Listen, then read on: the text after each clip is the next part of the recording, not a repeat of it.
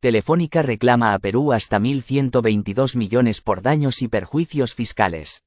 El grupo Telefónica reclama al Estado peruano 1.122 millones de euros por daños y perjuicios históricos, correspondientes a impuestos realizados en el país y provisiones fiscales de tributos pendientes de abonar.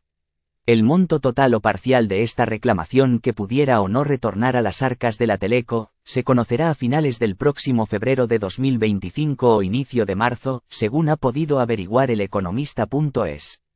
Para que esa incógnita se despeje deberá resolverse el arbitraje que desde hace más de 3 años se dirime en el CIADI, Centro Internacional de Arreglo de Diferencias Relativas a Inversiones.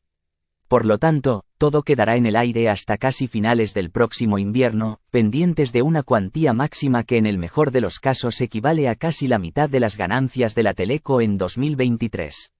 El área jurídica de Telefónica, junto con sus asesores fiscales del bufete Uría Menéndez, mide sus opciones en el CIADI, no solo para reintegrar los pagos ya realizados, sino también para desbloquear las provisiones de otros tributos exigidos por el fisco peruano.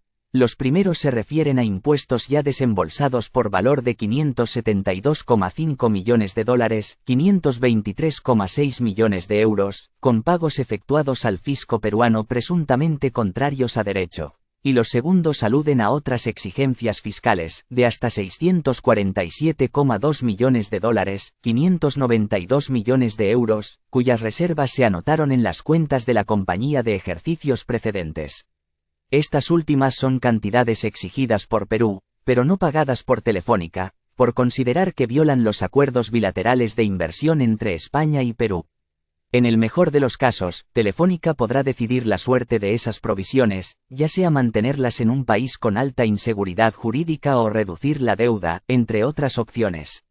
A las cifras anteriores se añaden otros $7,4 millones, 6,7 millones de euros, relacionadas con el perjuicio emergente, de costes de asesores legales y fiscales, así como del establecimiento de fianzas en procesos locales.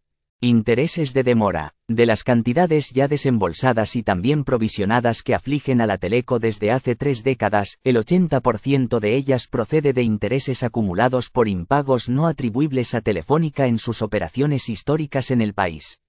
Ese multimillonario litigio llega ahora a su recta final con una decisión que podría batir récords en el CIADI en cuanto a su dimensión económica para una empresa española.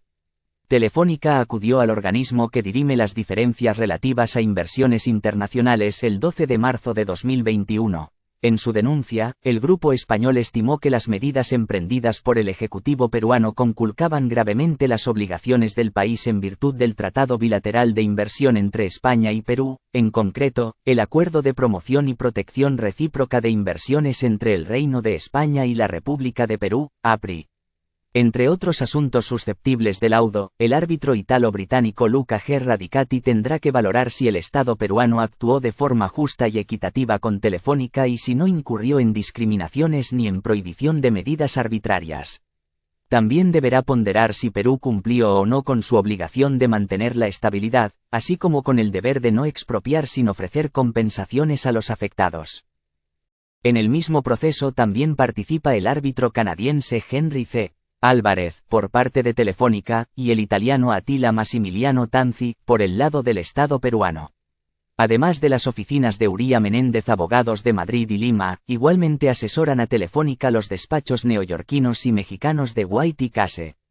El hilo argumental de los asesores de Telefónica incide en 3 perjuicios: el daño histórico, pagos efectuados en Perú en violación del referido APRI, la contingencia fiscal, cantidades pretendidas por Perú en violación del tratado, pero no pagadas a la fecha, y el daño emergente, costos de asesores legales y de fianzas en procesos locales.